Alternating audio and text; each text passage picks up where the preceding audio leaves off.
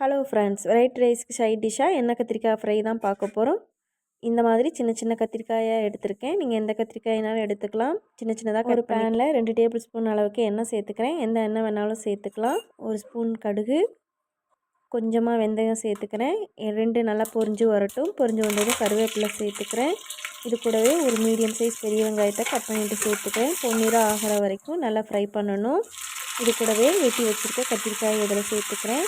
எந்த அளவுக்கு சின்னதாக கட் பண்ணுறீங்களோ அந்தளவுக்கு சீக்கிரம் வேகும். கல்லுப்பு சேர்த்துக்கிறேன். மூடி சிம்லேயே வச்சுக்கணும். இடையில திறந்ததுக்கப்புறமா கொஞ்சமாக மஞ்சத்தூள் சேர்த்துக்கிறேன். இடையில திறந்து கிளறி கொடுக்கணும். அடுப்பை சிம்லேயே வச்சு மூடி 4-5 நிமிஷம் கழித்து கொஞ்சமாக மிளகாத்தூள் சேர்த்துக்கிறேன். வரமிளகாத்தூள் சேர்த்துருக்கேன். நீங்கள் எந்த மிளகாத்தூள் வேணாலும் சேர்த்துக்கோங்க. அடுத்து 1 நிமிஷம் கழித்து எண்ணெய் பிரிஞ்சு வந்ததும் எடுத்தால் எண்ணெய் கத்திரிக்காய் ஃப்ரை தயாராகிடும். ட்ரை பண்ணி பாருங்கள்.